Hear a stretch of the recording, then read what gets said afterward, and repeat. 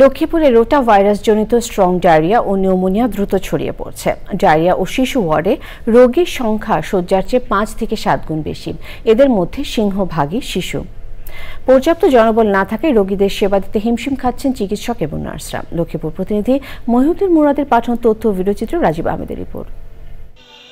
লক্ষ্মীপুর 100 শয্যার জেলা সদর হাসপাতালে প্রায় প্রতিদিন ভর্তি থাকছে 350 থেকে 400 জন রোগী। এছাড়াও বহির্বিভাগে প্রতিদিন চিকিৎসা নিচ্ছে আরও 14 থেকে 1500 রোগী। এদের বেশিরভাগই রোটা ভাইরাসজনিত স্ট্রং ডায়রিয়া ও নিউমোনিয়ায় আক্রান্ত। ব্যক্তিগত হাইজিন সেগুলো মেনে চলতে হবে, যে খাবার ঢেকে রাখা, খাওয়ার আগে হাত ধোয়া, সাবান দিয়ে টয়লেট থেকে এসে সাবান দিয়ে হাত পরিষ্কার করা, যত্র মলমূত্র ত্যাগ না করা। শিশুদের পাতলা পায়খানার সাথে বমি ও জ্বর হচ্ছে। মায়েদেরকে আমরা যেটা বলি, যাদের পানি শূন্যতা নাই তাদেরকে আমরা ওরসালাইন এবং জিঙ্ক খাওয়ার পরামর্শ দেই। আমরা বাসায় ট্রিটমেন্ট চালাচ্ছি।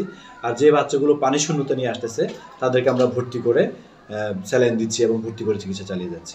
শয্যার অভাবে রোগীদের স্থান হচ্ছে মেঝেতে, বারান্দায়, চলাচলের রাস্তায় ও চিকিৎসকের চেম্বারের সামনে।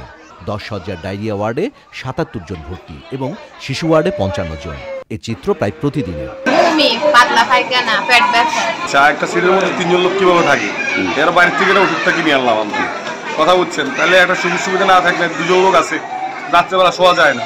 জরুরি ভিত্তিতে প্রয়োজনীয় ব্যবস্থা গ্রহণ না করা হলে পরিস্থিতি আরও অবনতি হওয়ার আশঙ্কা করছেন জেলাবাসী। Rajib Ahmed, Channel I.